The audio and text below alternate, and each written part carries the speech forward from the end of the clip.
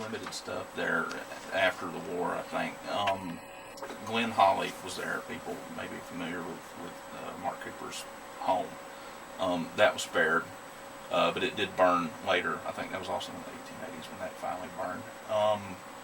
And then, you may have had some just kind of isolated farmhouses really down there, and it never really recovered from that blow. And apparently, from what I understand, the technology changed as far as iron production, and that's about the time that Birmingham took off. And I'm sure y'all have talked about this before too. The families involved, the Stroups especially. Moses Stroup, who was pivotal in the Cooper furnace, went on to Tannehill, which is just on the other side of Birmingham. Had a lot to do with that industry getting going. Yeah, from what we understood, he built several all over the place. It was kind of in high demand for a while. Yeah, but I think they left him in South Carolina too, as you follow the family back out of Pennsylvania, I believe. Besides the river furnace was what it was called then. They have the Stroups had built the furnace over in Stamp Creek, which is about near over by the Wilderness Camp marinas now. And then there was a little later one was the Allatoona furnace, which was located exactly under where Bethany Bridge now spans across the lake over at Red Top Mountain State Park. So I don't know about the area right at Etowah, but in a lot of these areas, that Georgia Power had acquired property rights, and then they would lease it back to a lot of times the former owner, just waiting for the day where they got the construction going. And of course, it never happened until it was made a federal property. A lot of soldiers coming home needing jobs. We had a lot of veterans. Yeah, I think people kind of forget there's kind of a post-war slump. The English don't forget it. They had quite a significant one. But in the United States, and it was, that was good work, I'm sure, at the time. And there was a lot of contractors involved in that. It was a national contracting, I think. Yes. On a lot of those, the old pictures we have, it tells you which contract this was. So yeah, I think it was good work for people in the area coming out of service. I don't think I know the exact number of people, but there was a lot of manpower and hours to build. Yeah, when you look at these old pictures, there's a lot of people standing there with hard hats on, so, and they're not. Are we still here? And they're not all just pointing. It's not. They're doing stuff. They're at work. So how many years was it from beginning to end? Where they said, okay, we're done, we're completed in the construction. Well, that's what you said. I thought it January ended in 31 January 31st, 1950. I don't know the exact date in 46. I think I remember the groundbreaking may have been in May 46, but it seems they built this entire dam pretty quickly for 5 years. Sure. Corp of Engineers, Park Rangers. Of the other Corp of Engineer lakes in the nation, a lot of lakes have historic areas, cultural sites. But for our lake, we have far more than most of these lakes. Several hundred at least. Everything from Native American sites to just cultural home sites. We have a Civil War battlefield, the Allatoona Pass battlefield, which we can talk about as well, which is a very popular site. It's on our property, but it's run by the state of Georgia, Red Top Mountain State Park. We have gold mines. We have all kind of ironing and mining communities. We have an old rope mill, a historical site up in this is Cherokee County, but a lot of many historical places around this lake. Yeah, Allatoona spans 3 counties, and that's something people probably don't realize that a lot of this stuff that they just think is maybe a creek out in the woods somewhere is actually core property. When they purchased the property, they basically had to purchase to an elevation above sea level. And this is something we commonly talk about, and a lot of people are aware, I'm sure, that 840 feet above sea level is our normal summer pool. But we have capacity to go to 863 feet. So as you can imagine, that's quite a bit of land out there. It's a lot to manage, and And all of a sudden, a lot of it is cold. Well, you're walking through a hole that was dug in the middle of a mountain. The temperatures are going to drop, so that doesn't mean there's a ghost down there. Now, on the other hand, supposedly the Clayton house, which was there during the Civil War, which is across the road from the battlefield and was used as a hospital during the battle, supposedly it's supposed to be haunted. Now, maybe that's so. I don't know, but I can't confirm anything on that. I haven't had any personal experience in that sort of thing. But I'll tell you this, I have it's a little more interesting. Well, I don't want to say a little more interesting, but for me, I have interest in the battlefield because I think it's my great grandfather fought at the Battle of Allatoona Pass, and he was in the 39th Mississippi. His name was Madison Holcomb, and so that's very interesting to me. I know I've researched exactly where his unit was located during the battles, and I've walked that. So I can. That's very interesting to me to be able to walk on a part of the battlefield. Where I know one of my ancestors fought. And I know some of those Mississippi troops in North Carolina. I think that some of them got kind of caught where they couldn't advance and they couldn't back out either. Was he stuck in that? Yeah, he was. Oh, that's unpleasant. I can only imagine. And not to mention they were going uphill up the mountain the whole time. Yeah. Part the coincidental Mountain State Park. I will add that they have, since they've leased the area, this was about 2007, they have put some great interpretive signs out there about the battle, which have great pictures and stuff. There are great trails that were, we had put those in when we were still operating the area. And just the pass itself is interesting, just the cut in the mountain where the railroad went through. Mm-hmm. But it's a very interesting place. You can see where the Star Fort was located. That's not, and then in the trenches up on the top of the mountain are still well preserved, and it's well worth, just if you want to even just take a walk, I'll just do the trails, but it's interesting to go out to that part of that history. Watch Red Top's webpage, because the closest weekend around October 4th they'll have an event out there, and they usually have not live fire, but they'll fire the cannon out there and have some firing demonstrations. Or we do have an interesting history that has to do with a great locomotive chase.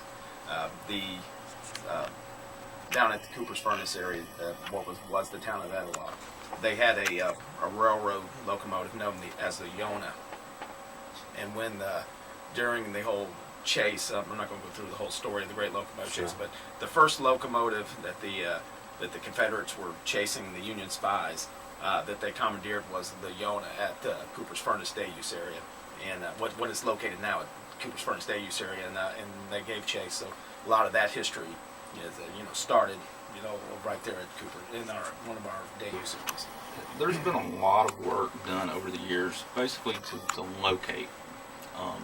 Identify stuff. Actually, I was out with archaeologists today. Mm-hmm.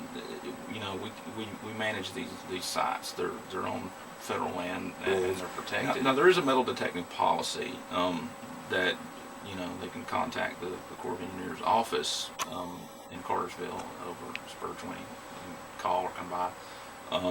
That some of the beaches. There's areas there where there is an opportunity, because that's something people do recreationally. Sure. I mean, I did as a child with my father. It's something we enjoyed doing.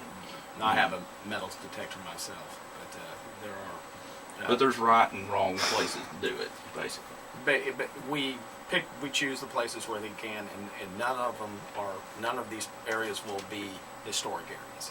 A lot of times we hear that the metal detectors, well, you're quite limited on where we can do the metal detecting. Well, this is because we have so many historic areas, and it's not only is this just over a lot of Bartow County into Cherokee County, and it's a furnace we don't advertise too much. Basically, the main reason is the safety reason. It's not. Its condition is it's falling apart basically. When we get too many visitors or anything up there, it is going to fall or on top of someone. But this furnace known as the Donaldson furnace. It has a unique history. I think quite recently, Stephen and I had received a call or an email. I can't remember, but that guy was asking that he had heard that there was another furnace over right off in Cherokee County that had manufactured, I think he said cannonballs for the Confederacy. Yeah, cannonball factory or something. We hear that a lot. what we have found from our archaeological surveys that have been done over the years that the Corps has paid for, that it looks like this furnace was never even fired up. There's no slag. There's no evidence of the thing had ever been fired. No evidence of a railroad had been put in or any way that they could have taken any of this iron out. And we've heard rumors, and I think I go along with a lot of these, is that the Donaldson family. They may still be out there now. They might start calling. We get about 6.5 million visitors every year. Everyone wants recreation to be number one, but it is still flood control and the hydropower. Yeah, it's one thing I say about Allatoona. It's the biggest threat to Allatoona is it being loved to death. There are just so many people out there, and a lot of what we do is try to balance these different desires, that the public has as to what they want to do out there. It's a tricky game sometimes. Well, and we were talking about this at the last advertisement as well. We were, with all this recreation, we have to come up with different programs, and something, we had seen over the years. Of course, right after the dam was built, people were already coming to the lake. It was a big thing, especially let's get to the lake. We've got a brand new lake out here. Let's go out and fish and boating. And of course, we got some great pictures of what camping used to be. Camping used to be in tents, and that's all you'd see is pictures of everybody out in tents. And now we got these $40,000-$50,000 motor homes and everything else out there, are big as a football field in some places. And if it floated, they'd put it on the water. Back in the day, and of course, for us, this is always a concern because everything keeps getting bigger, and they have everything in them from washer and dryers to refrigerators and everything. So we have to continue to, as for the Corp of Engineers over the years, expand the pads. Have more power sources in. Just there's always that trouble. But also for us, a big concern is water safety. You'll look back we can look at some of our records, like in the 50s and 60s. You'll see. Years we have 12 drownings, 20 drownings. It's just a lot of drownings. The Corps came up with I think it was in the 80s, a major program that we call our water safety program. Our rangers, now will go out, especially to schools. And this time of year, we're doing a lot of these school programs. We'll literally talk to thousands of children every year about wearing life jackets, how the reach, throw, don't go is one of our programs with them that tells children to reach and throw things out to children to help them rather than go out and where they can get in trouble. Both children can drown. And that's unfortunately in that situation, it's just multiplies the problem. You've got two people in trouble. With the Byron Sides incident, it was unfortunately a lot of our drownings we'll see young males from 18 to 25 years old. We had a string of them for several years on different locations, but young men will take more chances trying to swim across coves. I always tell children when we're talking to them, it's like if you're running and you start to cramp up or you can't make it, you can just always stop. But that's not the case when you're swimming. And we had just a bad string there for several years. Just some drownings, and we still, anytime we have a drowning, it's bad. But considering we've last besides 2 years ago we had a bad year, but before that, mainly we're around 3 or 4 drownings a year, which is still 3 or 4 more than we want. But considering how much our visitation has increased over the years, and that's a lot better than 20. Yeah, the overall trend is a decrease, and it's really a lot of it is this water safety program effort to really build a culture of safety. That everybody wants to hit the water. They show up at the ramp or at the beach, whatever, and bam, they want to get in the water. But think it through. Just our safety manual is thicker than the phone book. Safety is very big for our employees as well as we want public safety as well. And we have several other great programs that we partner with people, different organizations like Safe Kids of Cherokee County. We have two. And they do work with Bartow. Yeah, and so this all goes out into Bartow County, where we do have life jacket loaner areas at every gatehouse or every area that we run, and we've even given out life jackets to some others like the state parks and things as well, so they can loan out life jackets. Our biggest program, that's very most popular, is our Ranger card program, which is kind of like baseball cards, and we give them out to the kids, and they all we did was ask them questions about water safety, so they learn water safety, and of course, even if they miss it, we give them the right answer, and we give them the cards, and they can collect them, and they get everything from. We give them, they turn them in. 4 cards can get them a frisbee. 5 cards gets them a free life jacket, and we're talking nice life jackets. And then also we have whitewater. We'll donate some passes, and we can send them off to there as well. So you say Ranger card, you guys have a card? Yeah, Yes. we have baseball Our pictures cards. on them. Your pictures, that's cool. I think Northside Hospital put some money into that so far. I hadn't really talked about the Wofford family. There's it's actually is buried right there at the check station on off of Highway 20. Benjamin Wofford. Yeah, and I guess I've that was heard the a lot old of Corbin stories about community was kind of in that area. Corbin, I think. But yeah, to what extent he is on that property, I don't know. He has one of those veteran gravestones.